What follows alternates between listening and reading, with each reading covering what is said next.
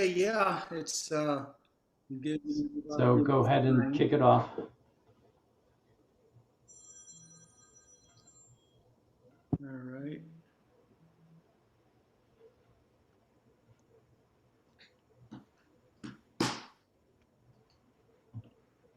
Okay.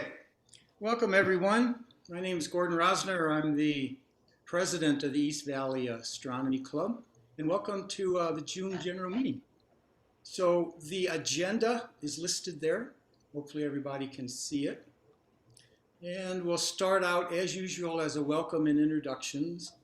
And then remember from last meeting, we talked about needing two positions, a board member at large and also a properties administrator. So we have a candidate for the board member at large. And so we'll be talking about the candidate, an introduction, and then we need to vote because our command media says that if there is an opening that shows up during the year, then whoever applies has to be voted on by the general meeting at the next meeting, which is this one. So we do have one that applied, and fortunately we have a very qualified one that has applied.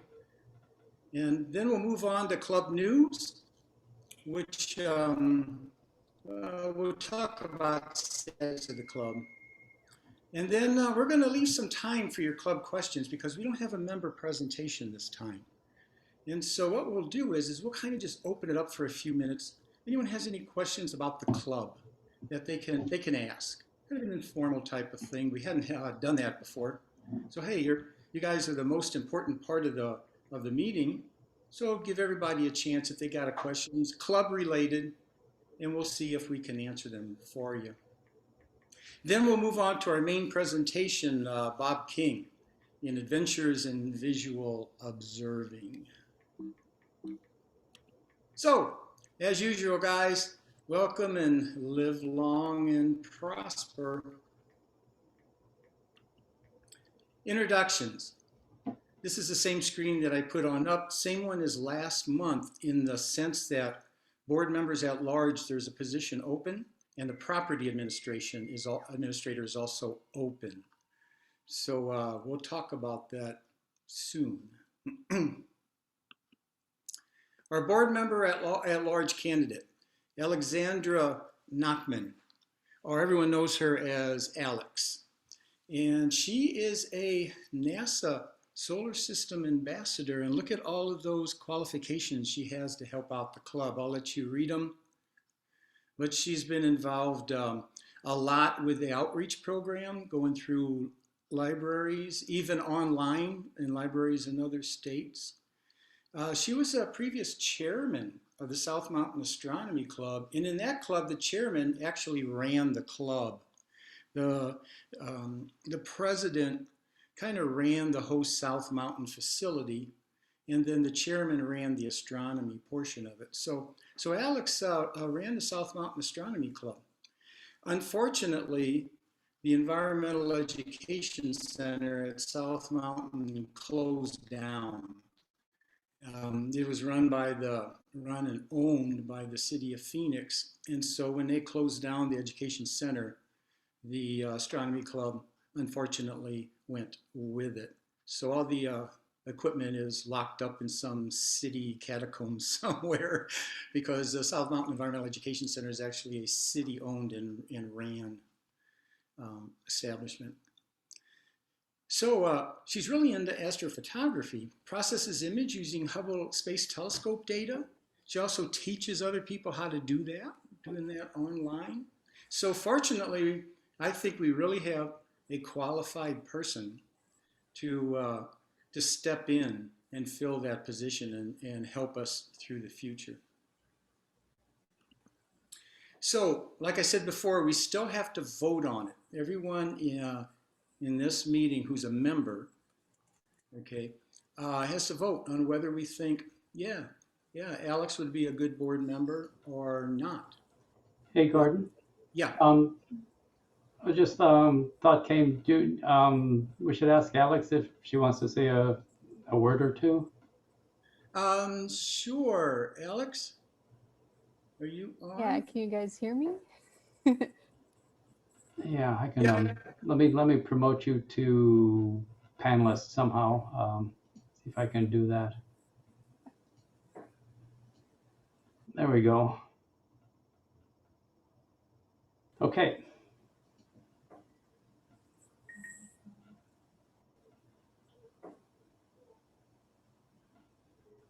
Okay, Alex, it's yours. All right, can you guys hear me?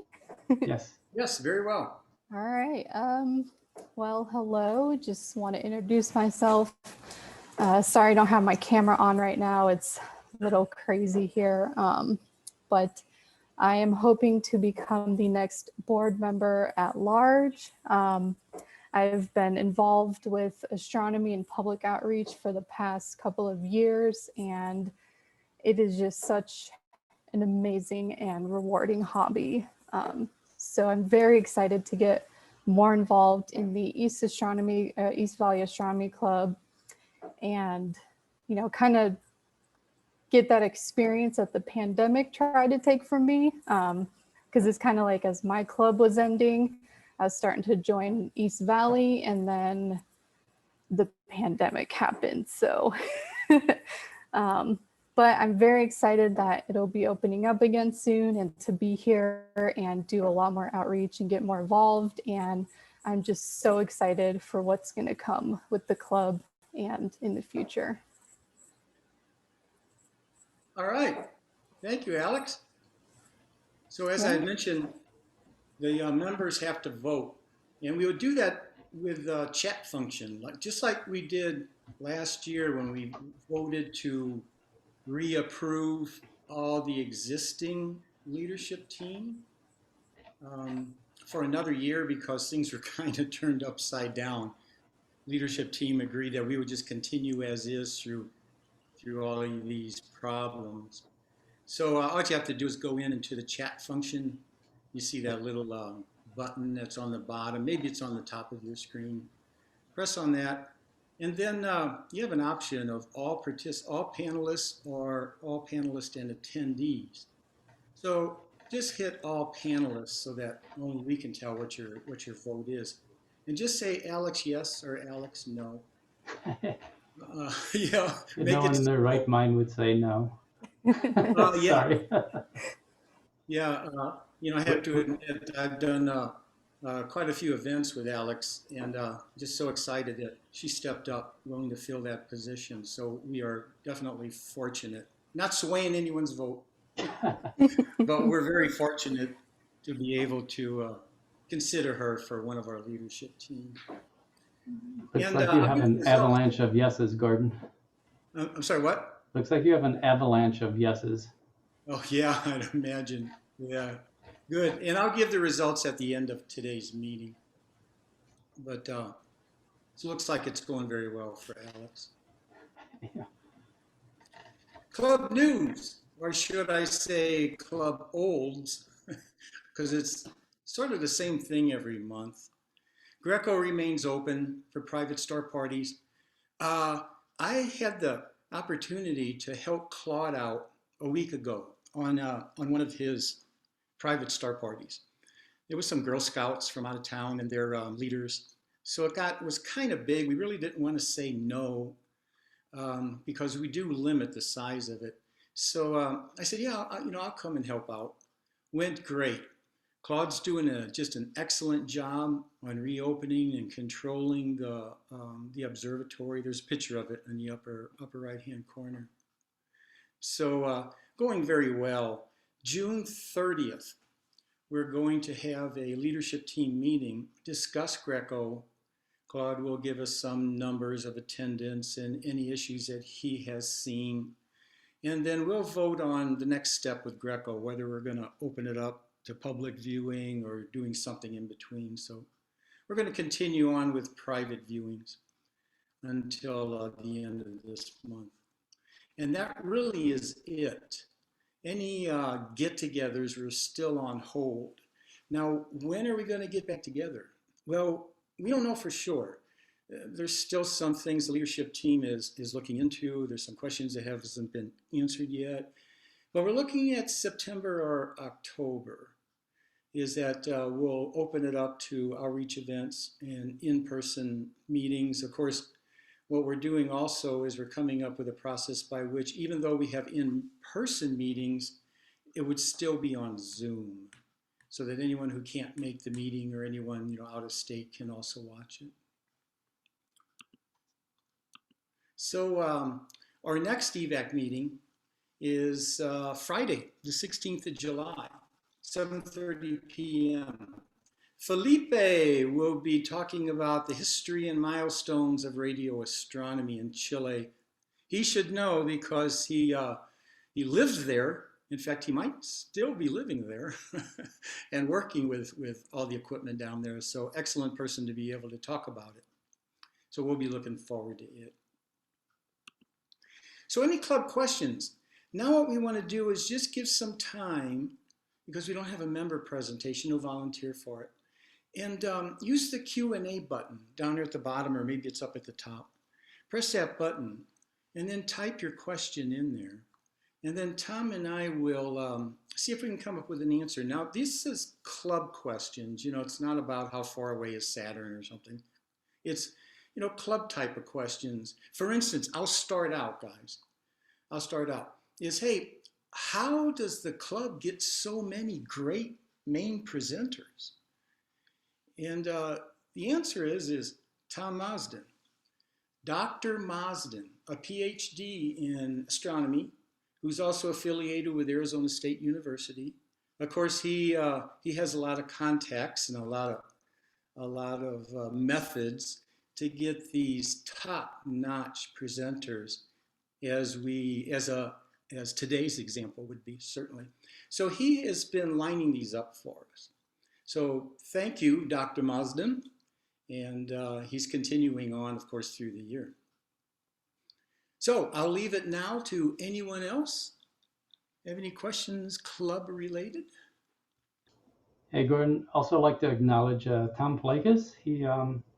He assists me too. He knows a lot of people and makes suggestions, and I follow up on those suggestions. So together, I think we've put together an all-star lineup over the last year. Yeah, we sure have. So the two Toms, thank you a lot. On behalf of the membership, thank you. That's what makes this an excellent, top-notch club function. Let's see here. We got 72 participants and no questions? Not yet. Well, maybe at the end they might develop some more. Yeah. Of course, the big question is when are we going to open, for our regular meetings and our outreach programs? Like I mentioned earlier, we don't exactly know, but we're kind of shooting for September or October. Looks like that we'll get back into it. Of course, there's some things we still have to clear up. It's getting close. Yeah, it's getting close, right? So I'll give a half a minute. One poked up. Do you have any picket post info with fires going on up there? The last I heard from people who were going to go there is the smoke is just too bad. Claude and I were going to be going there last week, and not together, but we just happened to say, hey, we're going to be going out there and seeing how things are. And we ended up not even going because the smoke was so bad. So that's all I know right now. And I'm pretty close to that area, and it's still very smoky out here. Rick Scott has asked, is the club leadership looking for a replacement for the airstrip site? Yes. In fact, we don't know yet what's going on. Our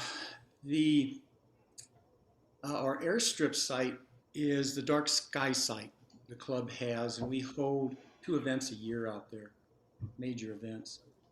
And what happened was that was a Bureau of Land Management control area that was transferred to the county of La Paz because there was a huge solar generating plant that was going to be built out there. And because of politics, looks like that's not going to happen. So now the area appears to be controlled by the county of La Paz. And so without a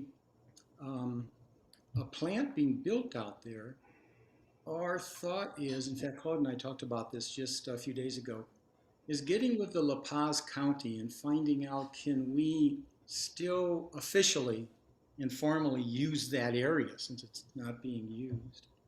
So that's what we're really hoping for, but we're hoping for that. It's government, takes a long time.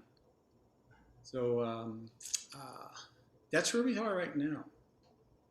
So Tom, do you have anything to add on that, on the airstrip site? I do not. Yeah, okay. And then David Kosho. Hey, David, how you doing there, buddy? Do we still have use of the library? Yes, we do. In fact, Tom and I got together with the club manager last week, maybe 10 days ago, and talked about this. And of course, they're welcome. They're welcoming us back. We got it lined up. We're scheduled. We got there mainly to make sure that our Zoom process was going to work through the Wi-Fi system. And so there's some questions. Tom is working on that. But yeah, we would still be using the same library, same room and everything. That's our plan. Tom Curry, for the airstrip site, I've been in contact with the BLM. They are okay with us getting a permit for the antenna area, which he's working on. Tom, also am I asking of the county for continued use of the airstrip? They have said no. So anyway, the general answer to your question is yes, people are working on it, but we don't have a definitive answer.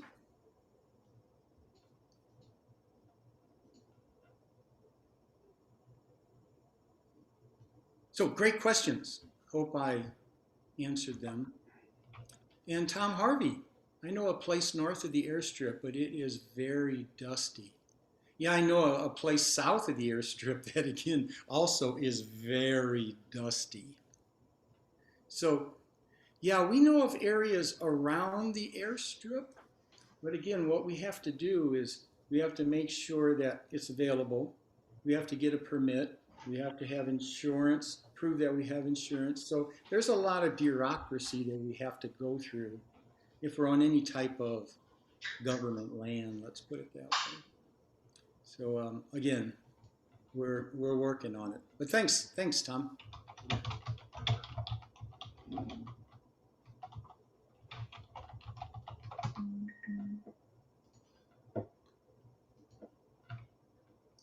All right, sound good? Yeah, I think that's it. So great, thanks for your questions, guys.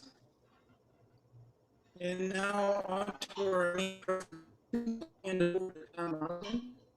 We'll introduce Bob King, and we'll get on with our main presentation. Visual observing, we are all interested in that because we all do that, right? All right, okay, thanks, Gordon. It's my pleasure to introduce Bob King. He grew up in Illinois, state I'm from also, and worked as a photojournalist and photo editor at the Duluth, Minnesota News Tribune for 39 years before retiring from the paper in 2018. Well, it's 3 years in the rearview window now. These days, when he's not chasing comets and the northern lights, Bob writes for Sky and Telescope's website and magazine and maintains the Astro Bob astronomy blog, which I am going to put into the chat window right now. There you go. Let's see. He also teaches community education astronomy classes at the University of Minnesota Duluth Planetarium. And Bob is also the author of 3 books that I'm going to treat you to right now. I'm going to do a plug for Bob. Bob didn't ask me to do a plug, but I'm going to do a plug anyway. So there it is. 3 books: Urban Legends from Space, The Biggest Myths About Space Demystified; Wonders of the Night Sky, You Must See Before You Die, The Guide to Extraordinary Curiosities of Our Universe; The Night Sky with the Naked Eye, How to Find Planets, Constellations, Satellites, and Other Night Skies Wonders Without a Telescope. And I will also put the link to those books in the chat. Bob didn't know he's going to get a plug for his books, but it comes as a bonus. Thank you. Thank you very much. Okay, there we go. And so I'd like you all to give a nice virtual welcome to Bob. Thank you, Bob. Take it away. All right. Thank you so much, Tom. That was very kind of you. Very nice of you. Thank you also for having me here tonight, too. Where I'm in Duluth, Minnesota right now. It's going to clear up later tonight. We don't have any fire smoke just yet, and I hope yours clears as soon as possible. I'm an amateur astronomer, probably like all of you are, and it seemed kind of funny to me to call this visual observing, because I was thinking, well, I guess there is radio observing and infrared observing, so okay, it is really visual observing. And that's primarily what I do. I like to get outside at night. I like to look at the night sky and, to be honest, the daytime sky too, because it was clouds that originally got me interested in looking up in the first place. And then I kind of went from there to stars. And I've stayed with it my entire life. It's been an inspiration to me, the hobby, the perspective that the night sky provides, plus all of the adventures that are possible with the night sky, because it's just this untrammeled wilderness that's right over our heads. And I really love kind of like you would get in your backpack or get in a canoe and go off somewhere in the wilderness here on the planet, where there's just so many places like that overhead. And so I like to set up little observing projects or wilderness adventures into the night sky, just like you do. It might be galaxy hopping in Virgo or whatever. And tonight, I'm going to share a few of those adventures with you that I've had with the night sky. Some are older, but most are relatively recent, just in the past couple of years, where I set out with my little knapsack of eyepieces and my telescope, and we do some observing. My primary instrument is a 15-inch obsession reflector, which is now beginning to weigh a little bit on my back when I lift it up and I put it into the trunk of my car, because I usually use that telescope when I drive north of Duluth, where the sky is quite a bit darker. We have a bit of a southern light dome here where I live. But I do also have a nice beat up 10-inch Dobsonian that I like to just pull out. I get that out on the driveway in 30 seconds and, point it at some nova or whatever, if there's just a crack in the clouds, and catch that observation in just the nick of time. So with that, we'll go to the presentation.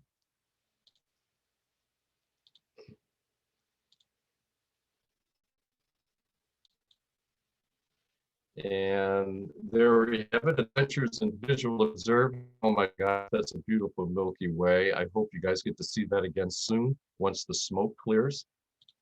This is me back when I was I was 13 years old, and I had aspirations to become a professional astronomer. I just knew that all I wanted to do was work in an observatory. So I used paper route money and I purchased that telescope. Some of you may recognize this telescope. This is an Edmunds 6-inch f8 reflector, and I still have the thing back here in the closet, and the optics are still just perfect. I mean, I could crank that thing up to 300 power and just get the best views of the planet still. So I'm holding my little wrench there. Obviously, my equatorial mount is set closer to the equator, so maybe after this picture was taken, I got to work and set it for the correct latitude. This picture was taken just north of Chicago. I grew up in the Chicago suburbs, in particular Morton Grove, and that's my front yard there. This was about 1967.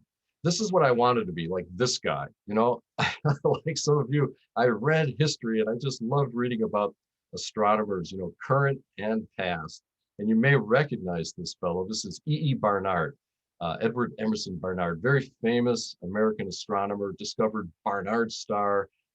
He found the fifth moon of Jupiter, Amalthea, and made all kinds of other discoveries. He's very famous for his Atlas of the Milky Way and for finally coming around with the idea that dark spots in the Milky Way were indeed not holes, but they were interstellar dust blocking the view of the stars from behind. So this is kind of what I aspired to. I didn't quite get there.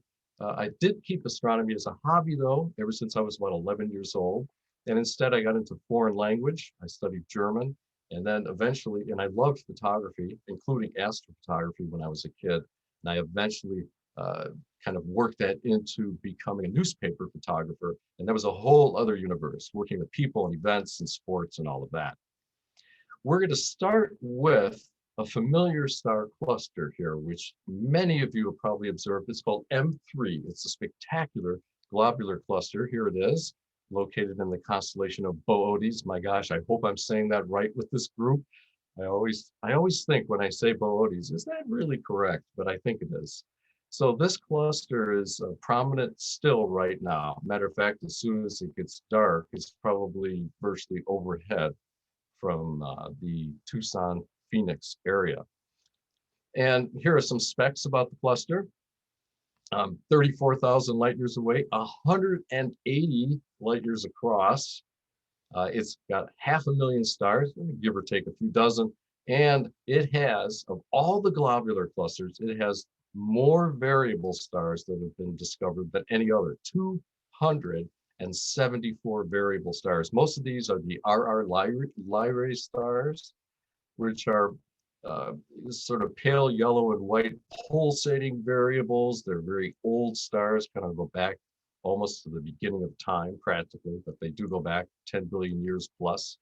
They're at an unstable part in their lives where they contract, heat up, and then expand again. They never reach an equilibrium.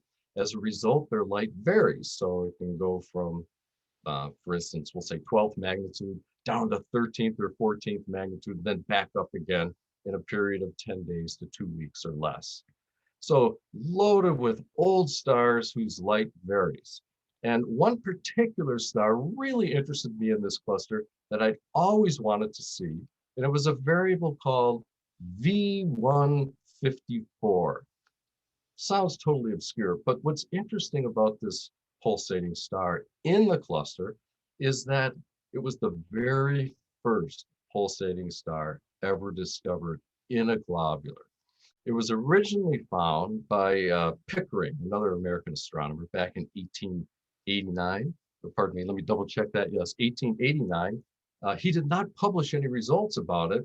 So E. Barnard found it again and observed it carefully and published his results in the Astronomische Nachrichten, German publication on astronomy. And this was back in 1906. I had always wanted to see this star, partly because I admire E. Barnard as an observer. I also wanted to sort of follow in his footsteps to get a sense of what it must have been like to track down this variable. And so I spent a long, long time digging around the web trying to find a chart. All I could find out was that this star was near the center of the cluster and it was bright. So I figured, okay, near the center, that could be tricky, but as long as it's bright, I should be able to find this star. Well, I finally came across this, what you see in front of you here, this issue of the German Astronomy News. And in it, oh my gosh, lo and behold, here was a map drawn by E.E. himself of M3, and he marked the star number 7. That's the variable. What I like about this drawing that he made is that he misspelled the word heart. He said H-A-R-T in the heart of M3 from his micrometer measures. He carefully observed this star, noted that it's at its brightest, it was about 12th magnitude, and at its faintest, it was a little fainter than 13. So I took Barnard's chart and look at this thing. Okay, he's got directions. I assume he has marked the brightest stars. But look, does that even look like the core of the cluster? You know how globulars look through a telescope. They're just like thick with stars. You can, barely swim through it with your eyes. Here's a little bit more of a close-up so you can see it, that number 7 there, which we now know is V154. Here's its magnitude range, and it goes through that range in a period of 15 days. So it starts at 11.8, drops to 13.2, returns to 11.8 in just 15 days. As you might guess, 12th magnitude is certainly within range of an 8-inch telescope. So this is within range of many of us who can see this object. So I thought, well, let's begin. So I went out one night and I just had Barnard's map in hand, and I looked and I looked and I looked, and I finally started to recognize some things on that map. These 3 stars, which you might remember from before. And then I worked my way up and finally identified his star, V154. And like we do as amateur astronomers, we make a lot of patterns in the sky so that we can go back, so we can recognize things, know where we're at. We create these little asterisms. And so I created a small asterism called the spoon that incorporated the variable star. And my key to finding it was this little arc of stars to the southeast of the cluster's core that stood out like a little tiny string of gems, a little tiny beaded necklace there. And when I go back, every time I go back to find Barnard's variable, I find my little pointer, and then I work my way to the spoon, which sort of resembles the constellation Delphinus, doesn't it? Except that it's upside down when you view it in a reflecting telescope. So I observed that star for the next couple of weeks. Lucky for me, it was right near maximum when I found it. When does that happen, right? When you go out and look for something, usually the clouds come, or it's too faint, or like a comet will be too close to a bright star, so you can't see it that night. But luckily, this was at 12th magnitude, and I followed it down. And it's exciting just to see a light change, the star change light, a variable. But then to sort of have arrived there, solving the problem of how do we first get a map of this star, and then how do we track it down? The adventure of doing that and the pleasure of solving that problem, I guess you would say, just brought me such great pleasure. And I also felt this nice connection, with the past, with people that had gone there before, including Pickering, including E. Barnard. And finally, I could produce my own map showing where this is, and through Sky and Telescope and my posts there, I could share it with others. That's what I really like to do. If I find these things, that's one thing. But it's important to me to be able to share that same excitement, a little piece of that excitement with folks like you, so that you go out and maybe experience the same joy that I felt when I finally arrived at V154. Even better, check this out. Okay, we've got a small animation here. Another a friend and astrophotographer in Minnesota I worked with, he was interested in the variable, and he thought, well, heck, I could take a picture of this. His name's Chris. Chris went out with his camera.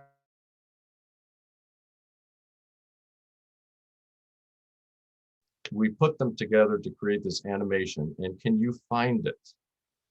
If you look, here are those 3 stars, and here's the variable. This is it's a little bit different from a typical RR Lyrae star.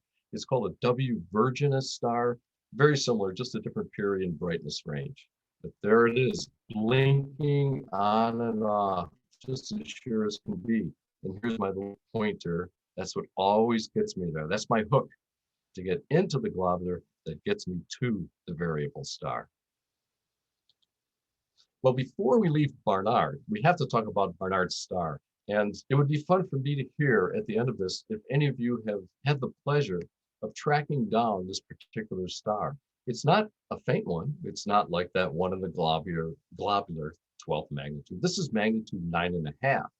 And it's a very special star, red dwarf, and it's located in the constellation of Ophiuchus. You can see, compared to Jupiter, it's only a couple of times larger than Jupiter. Of course, it is far more massive. Gravity is pulling this thing together. There's a good deal more mass here. But what's fascinating about Barnard's star, which EE discovered back in 1916, is that it's very close to the Earth. And it is moving in a way so that its motion year to year is something you can actually see in your telescope. People will ask me, and they've asked you, well, do the constellations all stay the same? And the answer is, well, yes, in our lifetime and for many lifetimes. But it is possible to see stars move. We read about it, we hear about the sun going around the center of the galaxy, but to actually experience that, to make it real, go to Barnard star. And like I say, discovered in 1916. What's unique about it is that it has the largest proper motion of any star. In other words, it is moving across the sky faster than many stars. So when you look at it one year, the next year, it will be 10.4 arc seconds further north of that position. Now, if you think about 10.5 arc seconds, that's a significant amount. If you use high magnification, it's possible to see the movement of Barnard's star in just 1 year. This animation shows its position every 5 years, from 1985 to 2005. Well, I made a chart of it just to show you how much it moves. Interval 2015 to 2030. Here it is in 2015, 2020, and so on. So here you can use this, especially if you come back to this recording, you can use this, or you can take a picture of this if you want to help you track down the star on your own.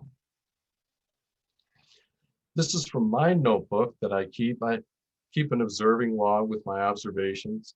And my first observation of Barnard star was in 1987. And that's when I drew this. And there's a little asterism near it, which I call the flying geese asterism. Not terribly original, I know, but handy. And I figured I'd be going back a year or two later. Well, I completely forgot about this. And then realized, oh my gosh, I need to get back to Barnard's star. So I got back in 2020. And holy heck, look at how much it had moved here. This field of view is about 150 power or so. So it's not hugely magnified. But the motion was just amazing to see a star move. I won't say real time, but something close to real time. And you might be wondering what these lines are. I bet you make these lines too. I'm always making connections between stars in the sky to determine an object's movement, say a comet. If I suspect a comet, not sure if it's there, I'll note its position and I'll try to connect it between two stars so that it either forms a line with those stars or it's close to forming a line. And then I'll come back a half hour later and check to see if it's broken the line or created the line. So that's what I did with Barnard. I made a straight line and figured I could see it easily broken within a year or two. So that's why I put those in.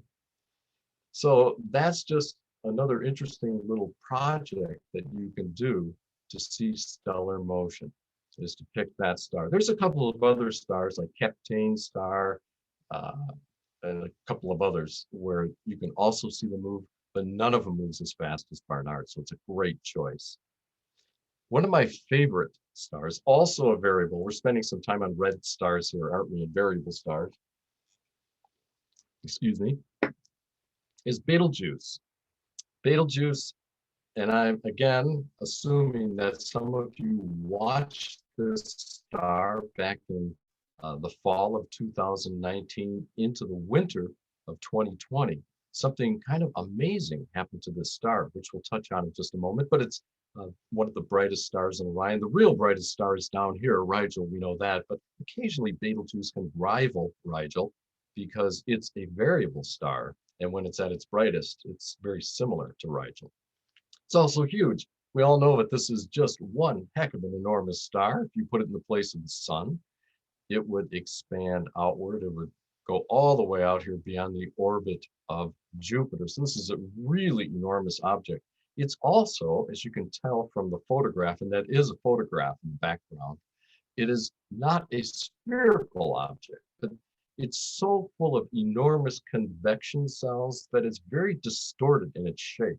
So it almost looks lumpy. There are bright spots and darker spots, and it's constantly belching matter into space. And Betelgeuse is about 642 light years from the Earth. Boingy, boingy, boingy, boingy, look at that star. Betelgeuse is a semi-regular variable star, which means that its period which is the time from minimum to maximum back to minimum. The period varies. Okay, it has several different periods, so it kind of bounces around. So we know the star's light varies anyway. It gets a little brighter and it gets fainter. One of the periods is 425 days. There's a 5.9 period, 5.9 years periods superimposed on that, excuse me. So those are just a couple of them. But something really interesting happened with Betelgeuse. At first, not surprising, back in September, October of 2019, here you can see this is its light curve. Down here is the Julian date. I added in the calendar dates just to make it a little easier. And then over here are V magnitudes of the star using filters, so Vmags. So we've got, in September, it was kind of normal, around 0.6, 0.7, and then it began to plummet. No big deal. It's expected to dim, right? And then to brighten again. But what was fascinating is that it just kept going and going and going and going.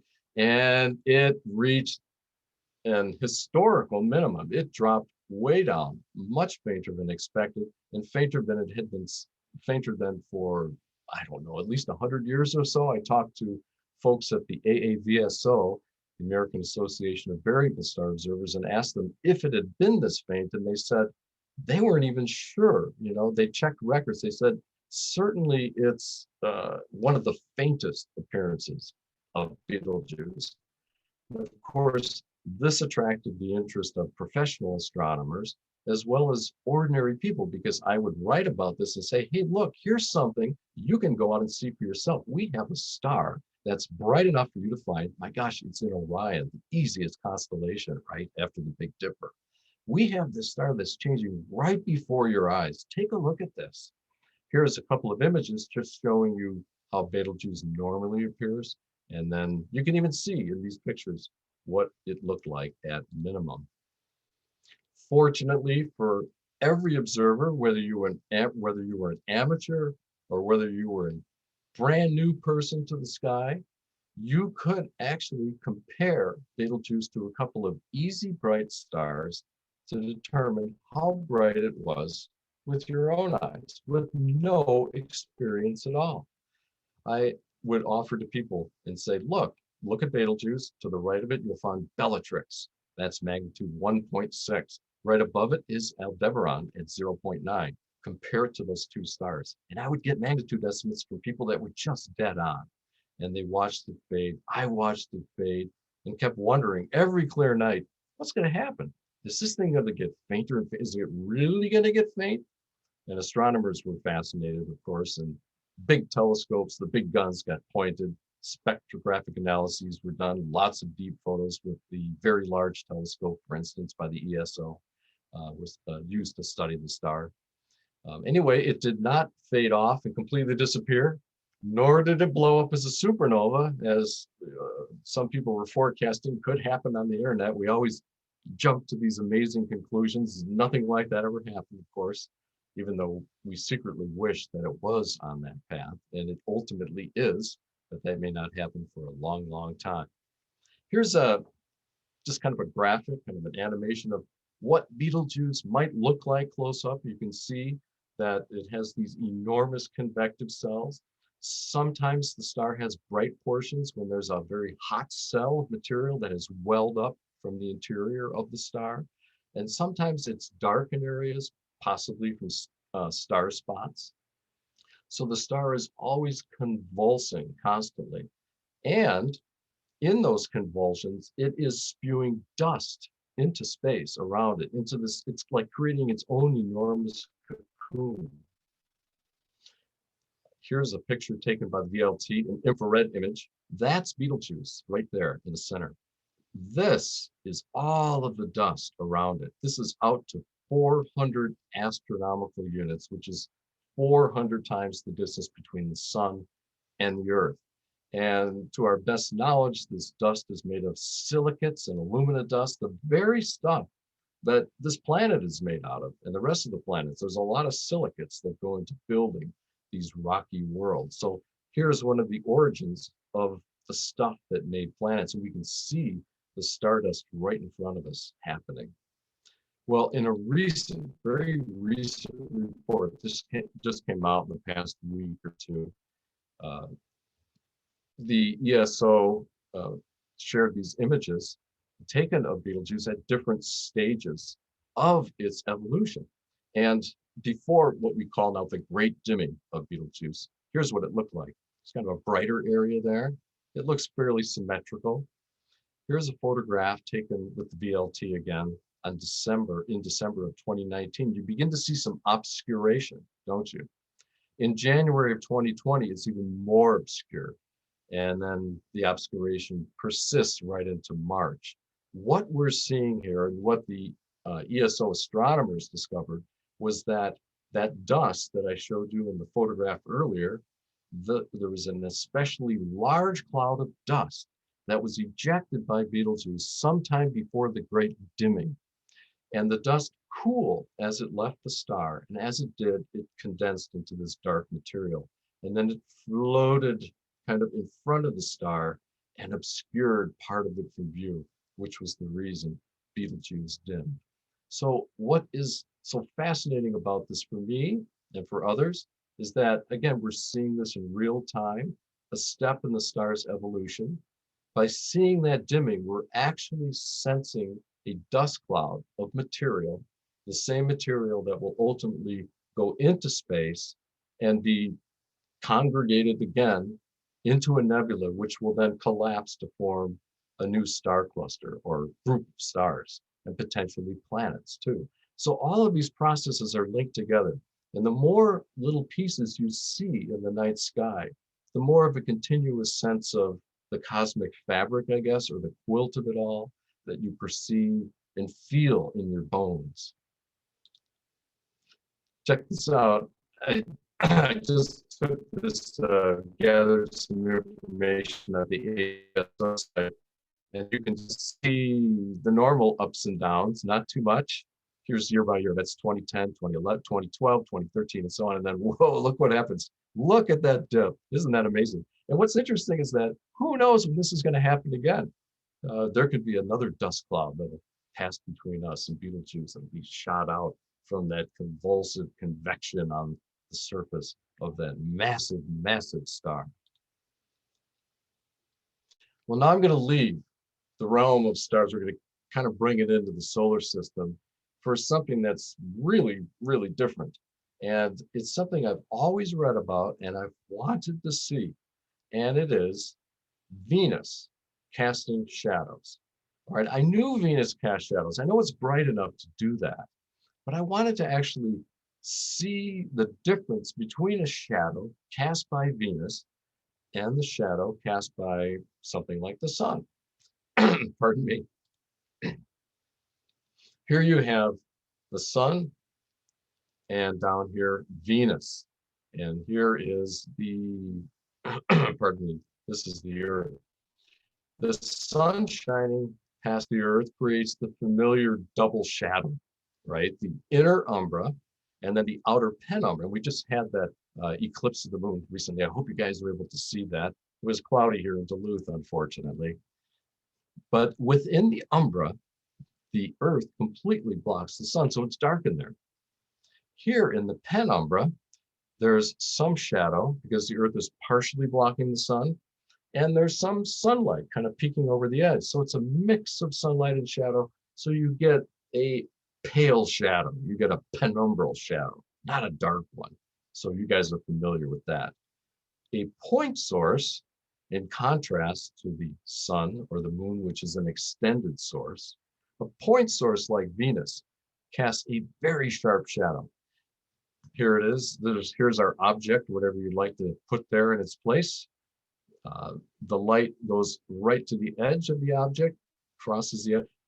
It's either there or it's not there. There's no fuzziness, all right? Either Venus is blocked from view entirely, or you cross this border and you see Venus, all right? Because it's a point source. So you get a very sharp shadow with no penumbra. And this is what I wanted to see. I wanted to see this different kind of shadow, different from all the shadows that we normally see. Here, for instance, is a typical shadow. If you look at your own shadow, the next sun, you just look down on the ground. The inner part of your shadow will be dark. That's the umbra. And if you look closely, you'll see the outer edge of your shadow will look soft and fuzzy. See that? That's the penumbra. So one night in April, yeah, look at that. I look at that and I go, that's April? Well, yeah, I guess so. It was a really cold night too. One night in April, I went out and to the country where it was really dark, didn't have any other sources of light pollution, nothing. And I taped a piece of white cardboard to my rather dirty car, my Honda, had a step ladder, had some solid objects on that step ladder. See that vase there? And then this is like a wooden cross or something. And I set them on the ladder. And then I took my camera, put it on a tripod right over here. And then to my right, behind all of this to the right, is the planet Venus. So Venus would be off to, pardon me, I'll show you here, it'd be off to this side. And here's my camera. And here's the shadows cast by these two objects on that piece of cardboard that I duct taped there to the side of my car. And I photographed them earlier in the daytime in sunlight. And you'll notice, just like you saw in the other image of the person standing, you'll see the dark umbra in the middle, and there's that fuzzy edge again. But look at this. Oh my gosh. Look at how sharp that vase is and the wooden cross. Look at that. And that's just by the light of Venus alone, which is just so cool. And I also took, I think I've got another picture here that shows my hand. It's hard to do. Can you see it over here? There's my thumb. And there's the fingers right there. I had to kind of brace my arms so I didn't move it during the exposure, but I used a high ISO on this, obviously wide open f2.8, and just took a little bit of a time exposure to capture these images. And it was just fun, I guess, to see. I've seen these shadows with my eye, but they're indistinct. So the camera setup really made them very sharp and clear, and clearly showed the difference between the shadow and extended body cast versus a point source. Before I finish this, I have to tell you, this is really a funny part of the story for me. And afterwards, I felt like I had to be scared. I thought, oh, this happened. When I got everything back into the car and I was driving away, I put on the car lights and I noticed that two wolves had tracked in. These are my car tracks. This is when I drove in. There were no tracks on this road whatsoever. But by the time I was done, these two wolves had walked by. I had no idea they were even there the whole time. I don't know when they went by, but they did walk by and left their tracks. So that was just kind of a, I don't know, I shouldn't be scared, but it was just a funny, scary part of the experience. So I took a picture of that too to add to it. The other thing, and by the way, I'm not sure, Tom, if you do this in meetings or in presentations, but if somebody has a question right now, they can feel free to unmute and ask it too, because we can stop at certain points and I can explain certain things if needed. So I'm Okay, open. there are maybe I'll go in reverse order. They're all anonymous, so Yeah. can't unmute them. But the last one, most relevant, is a temporary obscuration of stars by dust clouds, a relatively common phenomenon given the number of stars in existence. And the question was? Oh, I might have my internet might be unstable too. Oh, okay. In the Q&A, I was just reading the very last one about the temporary obscuration of stars by dust. Is that common? Oh, how common is it? Oh, there's I would. Melissa. Yeah, Melissa, I'm not okay. let me Not being a professional astronomer, I can't answer precisely, but I would say that with very large stars like Betelgeuse, especially red supergiants, that it is fairly common because they tend to lose mass. Betelgeuse right now is losing mass at the rate of like 1 solar mass every 10,000 years.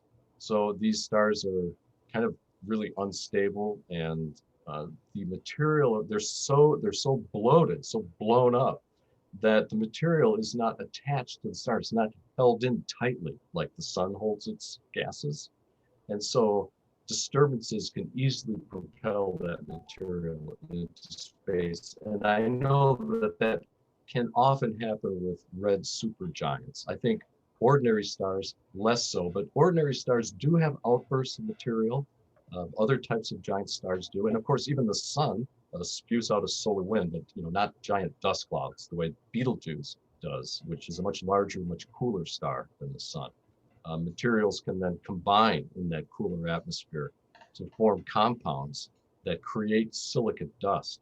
Whereas with the sun, it's a bit too hot for that.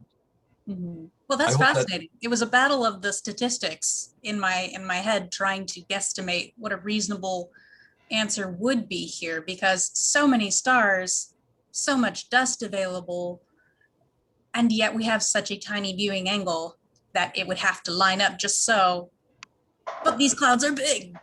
Yeah, so they're big. And that's the thing, is the viewing angle does matter, of course. I'm sure that Betelgeuse has shot off stuff in this direction and that direction. It's just like a solar eclipse, we miss it unless the alignment is precise or the burst of dust is so enormous.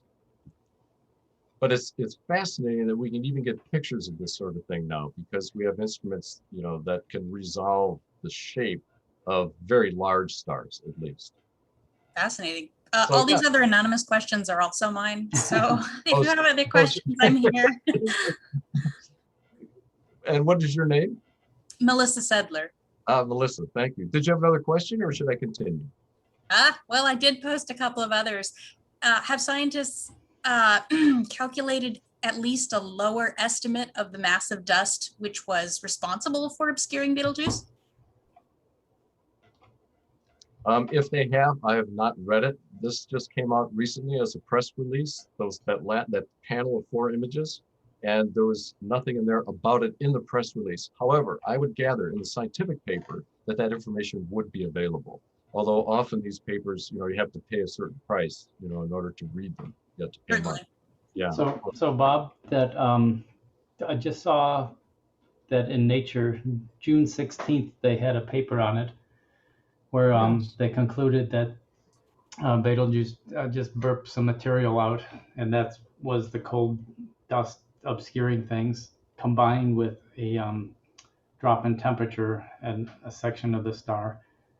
I put that link in the chat. Is it by chance free, or is that a paper? No, if you email me, I can send it to you, because I think I can download it from ASU's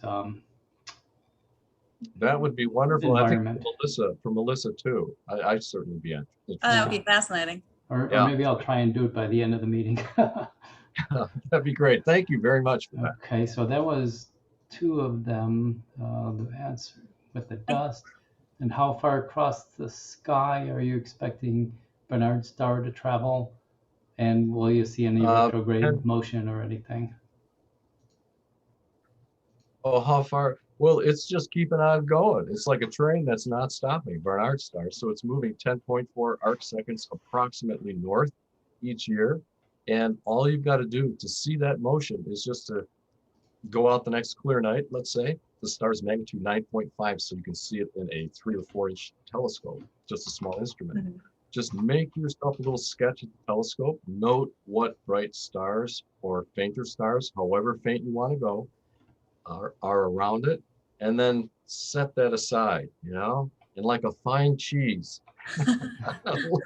let it age, give it a year. Don't give it, what did I give it? Like 33 years? So give it a couple of years and then just return. And you could make it like a biannual observing project, just to watch Barnard star move along in the sky. And to a great time series. Yeah. I was just wondering if, given the 3D visualization of the various nearest stars, if people had a sense, had a sense of how far it would look like it goes, and would it just where would it be in our range of vision if enough time? But yeah, There, it's there fascinating might, stuff. it is, there might be that out there too somewhere, but I was able to find that one animation. There's a couple of different animations available online. Those are lovely animations. Thank you. Yeah, it does show it just kind of moving right along. And it's a fun project to do and easy to do, I think, for Barnard. And it's also one of those things where you don't get immediate results. And sometimes I like things like that, where you have to be patient. Obviously, this hobby teaches us patience in so many ways, but that's another ultimately very rewarding way of learning patience by following Barnard's star. Things, even though they're moving fast relatively, that star, it's still slow, right? 10.5 arc seconds. So are there any more questions, or I'll proceed? There's one more by Josh. Josh, do you want to ask your question live? Yeah, you're able to unmute if you, there you go. Well, sure, yeah, I'll ask it live. My question was just a hypothetical. If Earth was inside of a globular cluster, kind of like orbiting V154, I always wonder when I'm looking at a globular cluster what the night sky would look like from within the cluster. Like, do you think you'd see stars during the daytime? I think so. I once I created a photograph based on what it might look like inside a globular. It's out there somewhere in the internet, but I can't remember the exact distance, but you would see Venus bright stars, multiple Venus bright stars all over the night sky. So you would have lots of faint shadows happening at night. If you wanted to do the shadow experiment there, it's going to be tricky. But Yeah. the night sky would look absolutely spectacular from the core of a globular, especially like M3, which is a rich globular cluster. So hypothetically, yes, you can sit back and imagine the glitter in there. Next time you look at a cluster, just put your brain inside that thing. By the way, that brings up one of my favorite things to do, and maybe you've tried this too, is stare in a relaxed way at the globular cluster. And if you do, the stars will suddenly start to suspend themselves in space in 3 dimensions.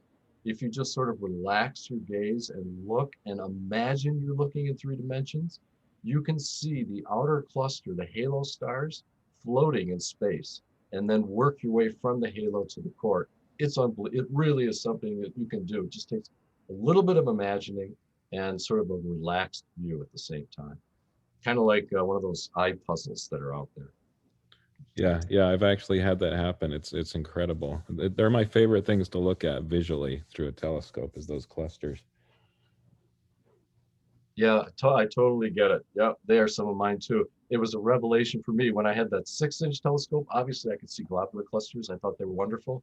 I had no idea what was waiting for me when I got my C11 back in the 80s, 11-inch telescope. I thought, wow, what have I been missing?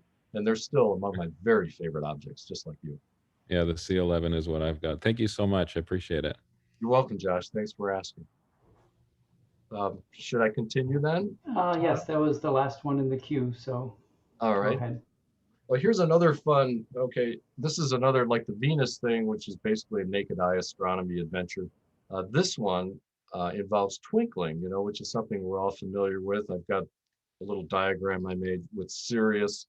When a Sirius or any star is up high in the sky, it passes through a lot less atmosphere than when it's down low. And so it's less affected by variations in temperature and pressure of the air. And so it twinkles less. When we see it low, we're looking at it through hundreds of miles of thick air at the bottom of the atmosphere. Much air, many, many micro temperature variations, lots of these little cells. Actually, there's actually cells of different temperature floating by individual air pockets that distort that light, that stretch it out into a little miniature spectrum, and then refract each color too. So when you look at a brilliant star like Sirius, it's twinkling not just in white, but it's actually twinkling in every color of the spectrum. And one night, I was out, I finished observing, I was looking for some comets in the evening sky, and I went north of Duluth, and I was driving home and I thought, I'm going to stop at this one spot on this lake and listen to the ice crack in the middle of the night.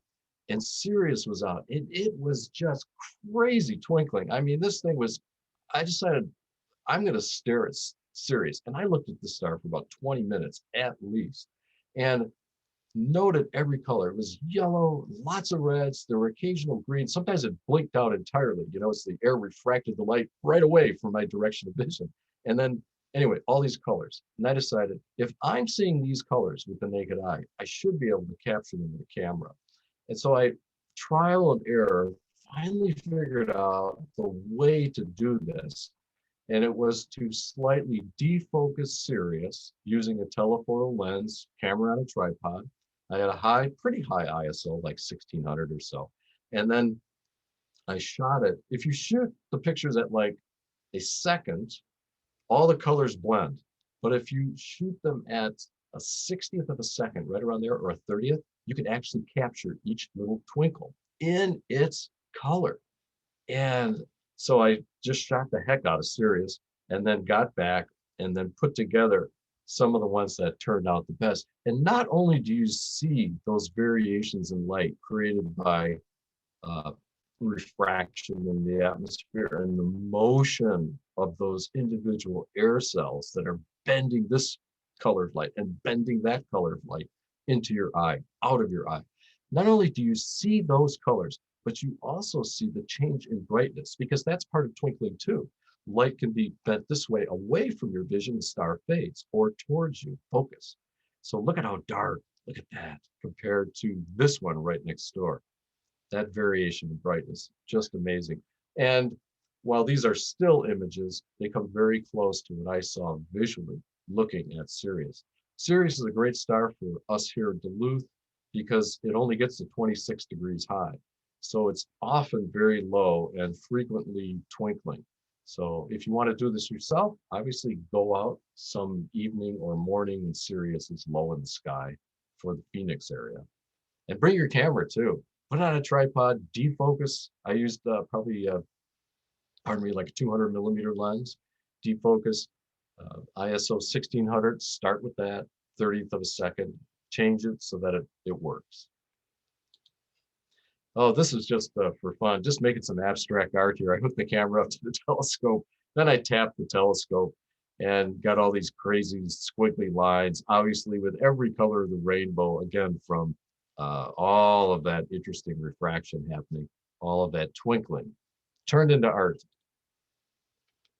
Sirius is the subject of this next little wildlife adventure, and I wanted to see a star in the daytime sky. I had never done it, and I'd really love to hear from you guys whether you've gone out and seen Sirius or any other star, maybe Canopus, in the daytime, before sunset or before sunrise. Now, obviously, we're not going to see it at 1 o'clock or 2 o'clock in the afternoon. The sky is just way too overwhelmingly bright.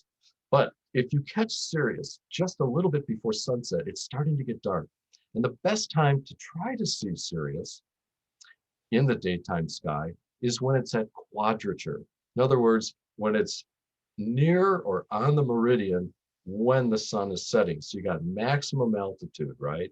So presumably it'll be at its brightest. I actually looked at it, pardon me, in March before quadrature, so that it was a little further from the sun. It was lower in the sky, so it was east of south, but it was further from the sun. So the sky was a little darker there.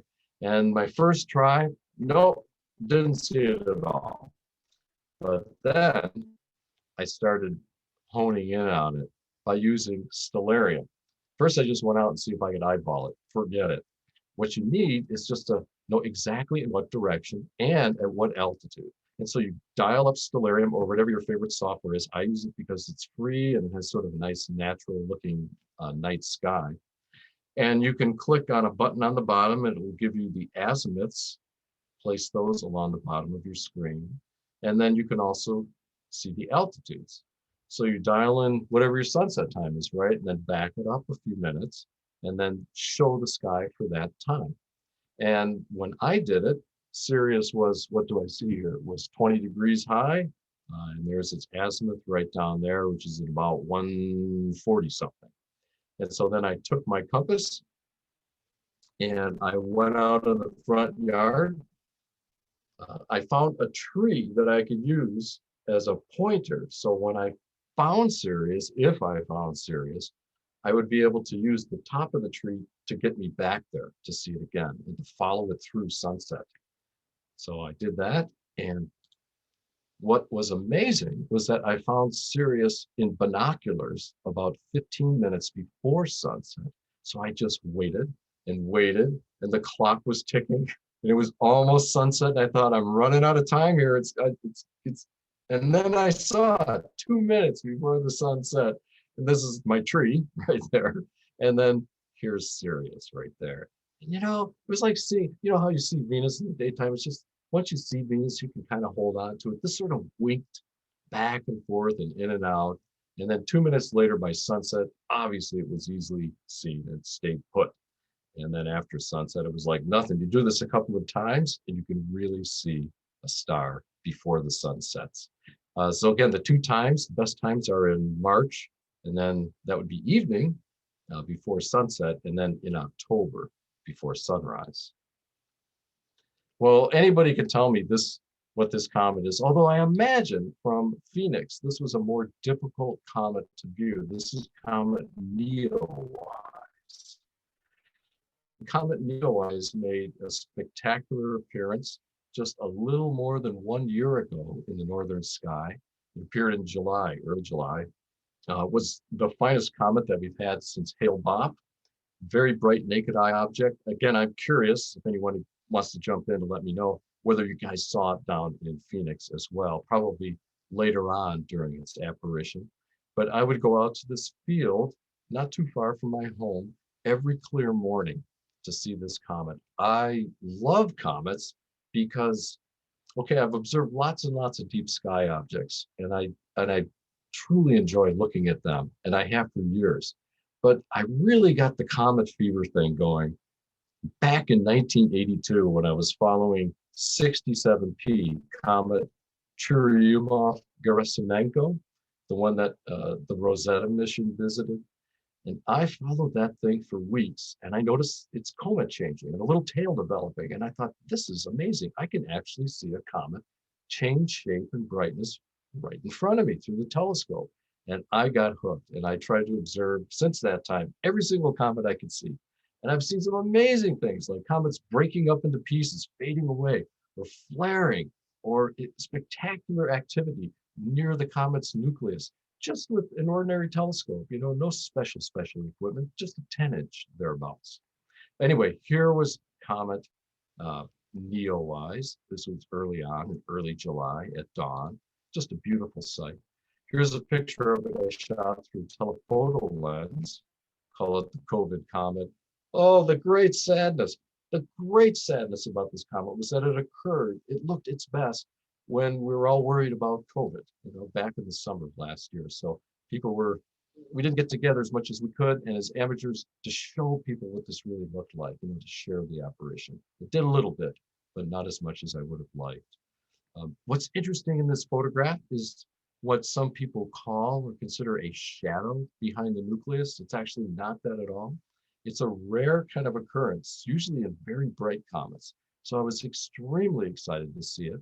And what it is, it's actually like a hollow part in the middle of a comet. The comet's gases and dust are coming up in a tube, okay? And there's not as much stuff in the middle. So we look through the middle and it's kind of thin in there.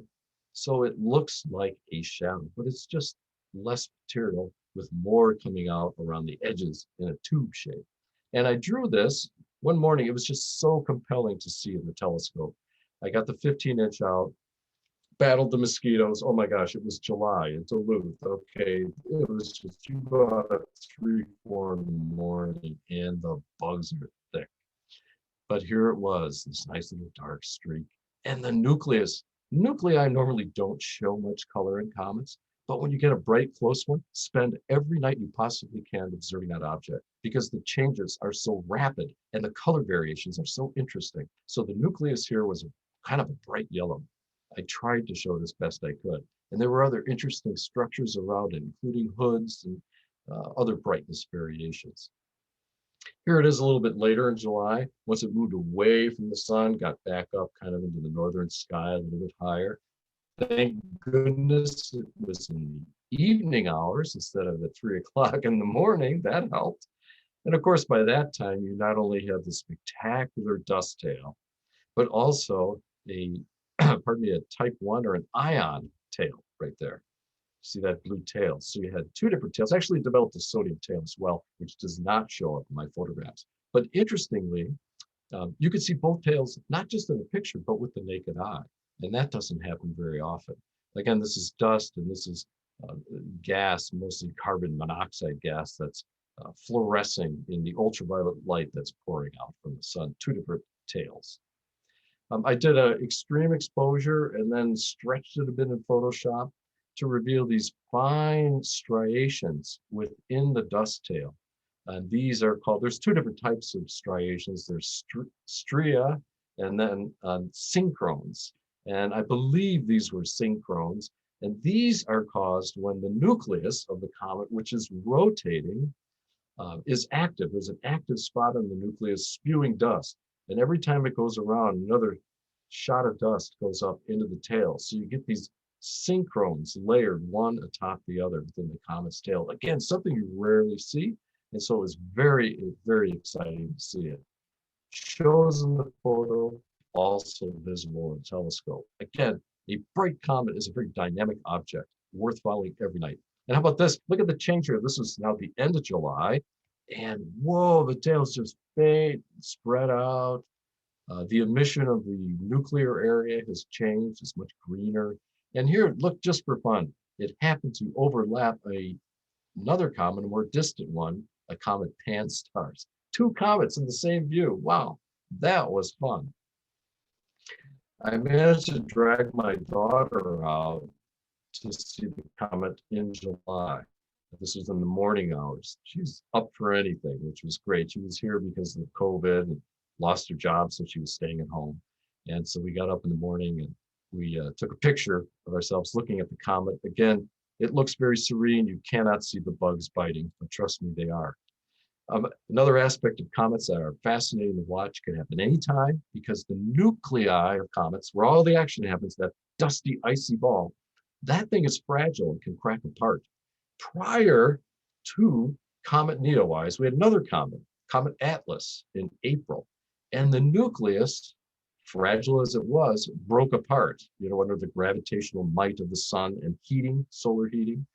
And you could actually see this fragmentation in the telescope. This is not a very good drawing, I'm afraid. Again, with the 15-inch, here's the comet. Normally, this will be the brightest part of the comet. It's just only a little bit brighter. It's quite faint. Here, the nucleus had already begun to break apart in fragments. And here, right ahead of the head of the comet, is a piece of the fractured nucleus with its own little mini coma. I was beside myself. Just beautiful to see. Every bit of this is just out there. Over time, of course, you have to be patient for some of these things, but just following these things week by week, year after year, you will see everything. You'll have every adventure you can imagine in that place up there. Of course, before we leave, I have to talk about Hale-Bopp, right? Because that was a comet that some of us saw back in 1996, 1997. Was around for a really long time, developed a beautiful dust tail and an ion tail here, kind of similar to Comet Neowise. And beautiful to see with the naked eye, spectacular in binoculars and in photographs. But check this out through the telescope. Back in February of 1997, this is a view through the 10-inch. At just 76 power, look at all of the structures around the nucleus, or the pseudo. It's actually not the nucleus, you guys know that, because we can't see that, but you see the bright dust emanations around the nucleus that creates a bright point. But you can begin to see these shells around the nucleus. That was in February. Check them out in March. This is the 10-inch again, 128 power, and just the spiral structure of the dust material coming out of the nucleus, just the way water comes out of a sprinkler. As the sprinkler twirls, the individual droplets come out, trail behind one another to create a whirling shape or a spiral shape. You could actually sense when you saw this through the telescope that the nucleus was rotating in Hale-Bopp because it was sending out these shells of material day after day after day. It was, I mean, it's why we're amateur astronomers. We are privileged to literally see how the cosmos works. It is one of the greatest gifts that we have as amateurs, is to be able to probe into that. And my final little adventure just happened very recently. What a day this was. We had an annular eclipse back on June 10th, and I was invited by Kelly Beatty at Sky and Telescope sometime beforehand. They had an open seat on the plane. Sky and Telescope had an eclipse flight into the path of angularity. And they said, would you like to come along? And I thought, yeah, okay, I'll come. So I decided I'd go for the ride. And I was kind of a trip photographer in a sense. You know, I was photographing people and kind of the whole event itself, and then pictures of the eclipse while we were in the plane. Here's the path of angularity. I live right here, right at the tip of Lake Superior in Minnesota. And so I drove down to Minneapolis.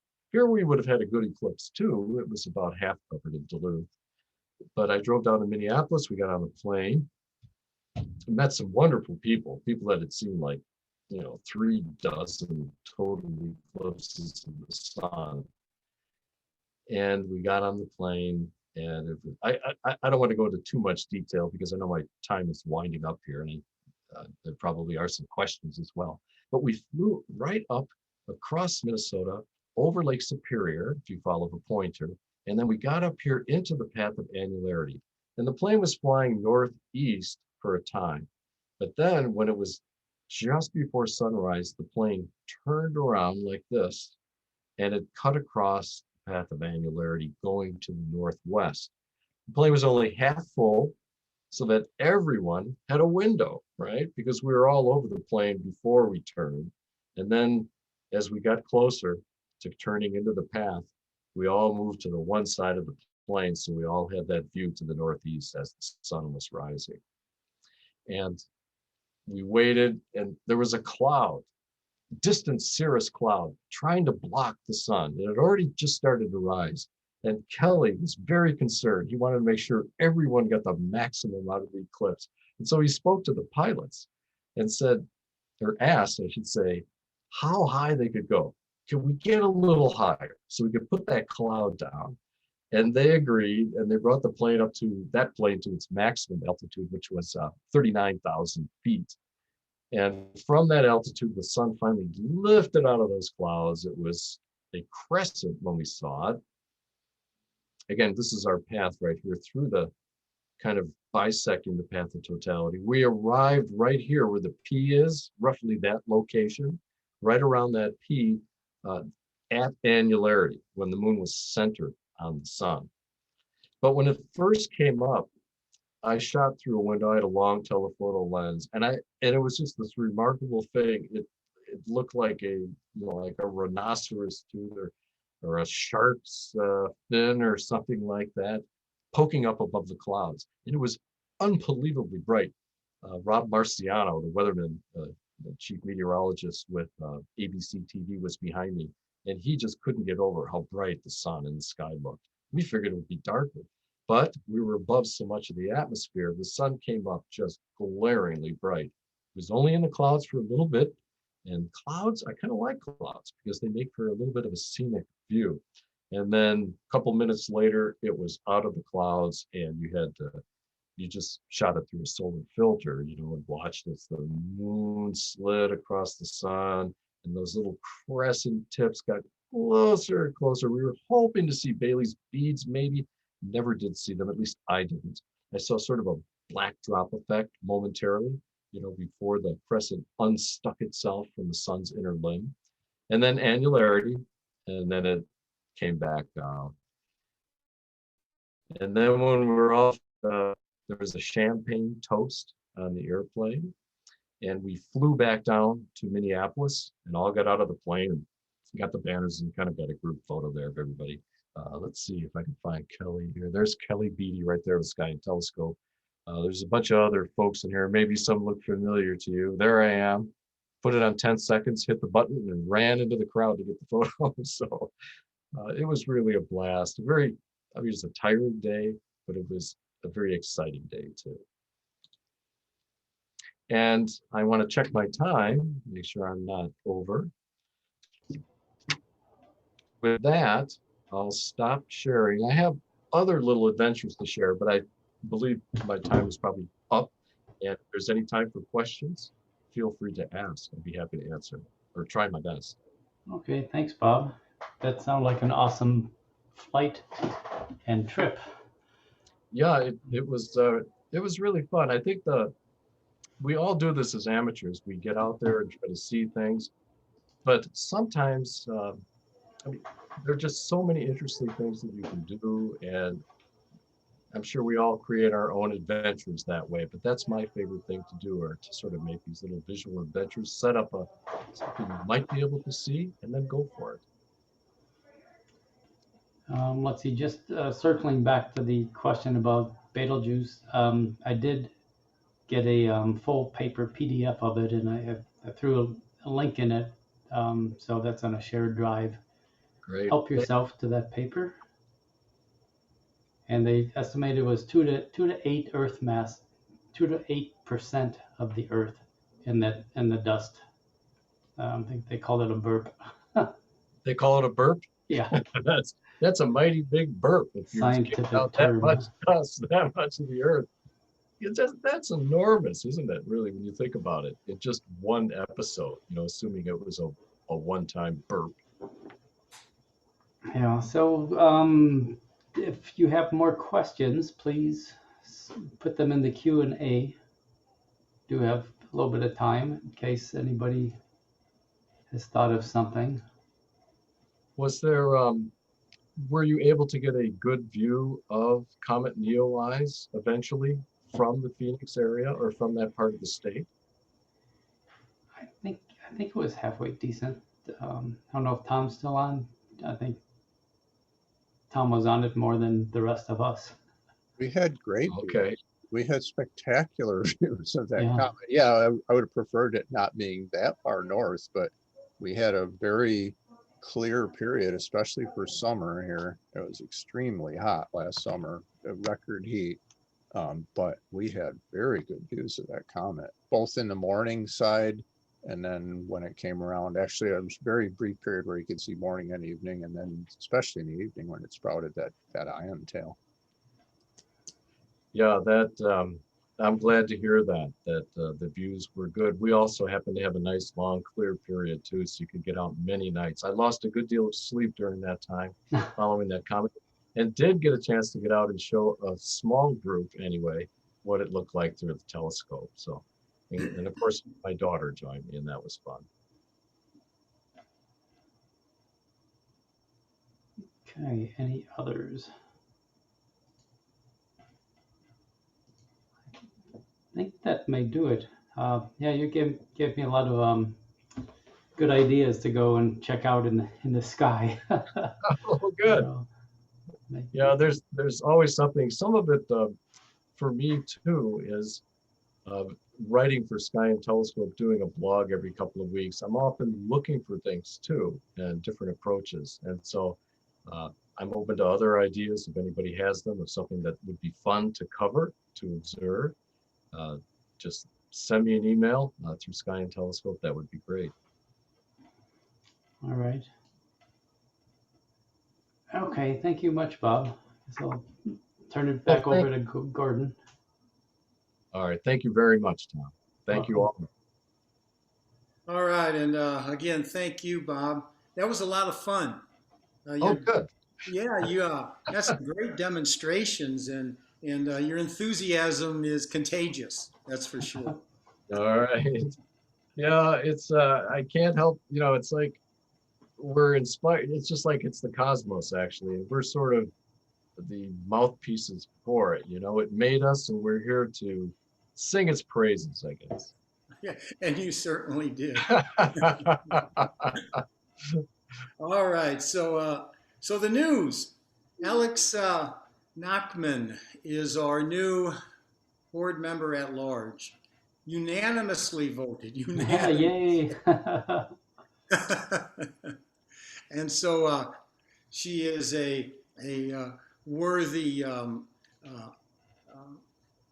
replacement for David Hatch, which David, we have to all remember that he put many years into the club and many positions, and he has always done an outstanding job. So when we get back together, you have to hunt out David Hatch and personally thank him for everything that he's done for the club.